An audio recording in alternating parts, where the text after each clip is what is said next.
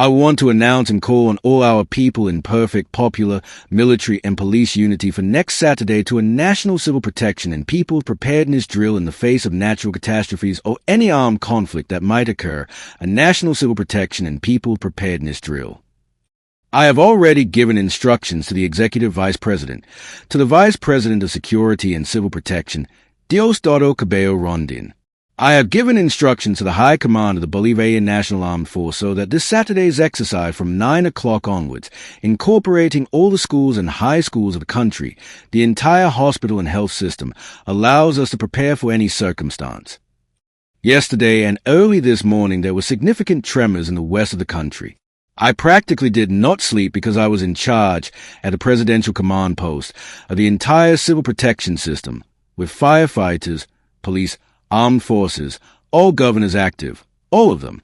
I do not know how many phone calls with Governor Luis Caldera of Zulia, with Governor Gerardo Marquez of Trujillo, among other governors, because it was felt very strongly throughout the west of the country, even in Caracas and in Miranda.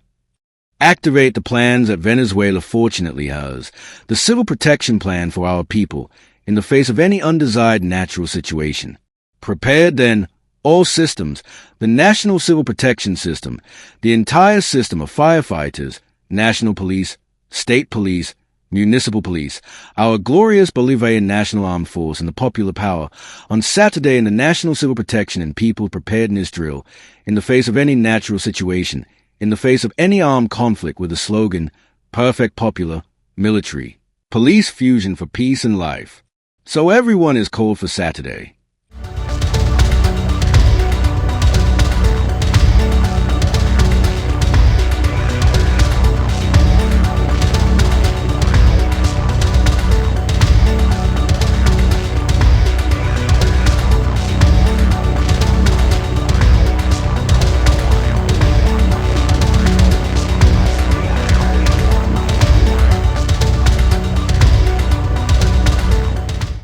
We are going to deliberate with a proposal that has arrived for the first constitutional decree so that the entire nation, the entire republic, all the institutions, every man and woman, citizen of this country, has the support, protection, and activation of all the forces of the Venezuelan society to respond to the threats or, should the case arise, to any attack against our beautiful, very heroic, very historic Bolivarian Republic of Venezuela.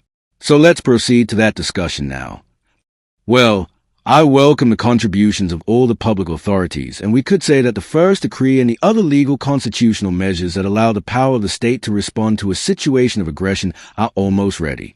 The people are enlisting, preparing, uniting. Institutions gave legal contributions of scholars of the country in the matter of the decrees that serve as instruments and resources of peace of Venezuela were to be militarily attacked by the U.S. empire. The powers established by the Constitution will defend the stability, institutions, peace, and security of the entire country and all the people of Venezuela. There is a growing rejection in the United Nations, in the international community, in Latin America and the Caribbean, at CELAC, a growing rejection of the threat to the peace of the Caribbean, the peace of South America, and the construction of a crude and totally false story. A narrative defeated by its own falsehood, its own immorality against a country of decent people, against a country with republican institutions, with constitutional strength as our Bolivarian Republic of Venezuela.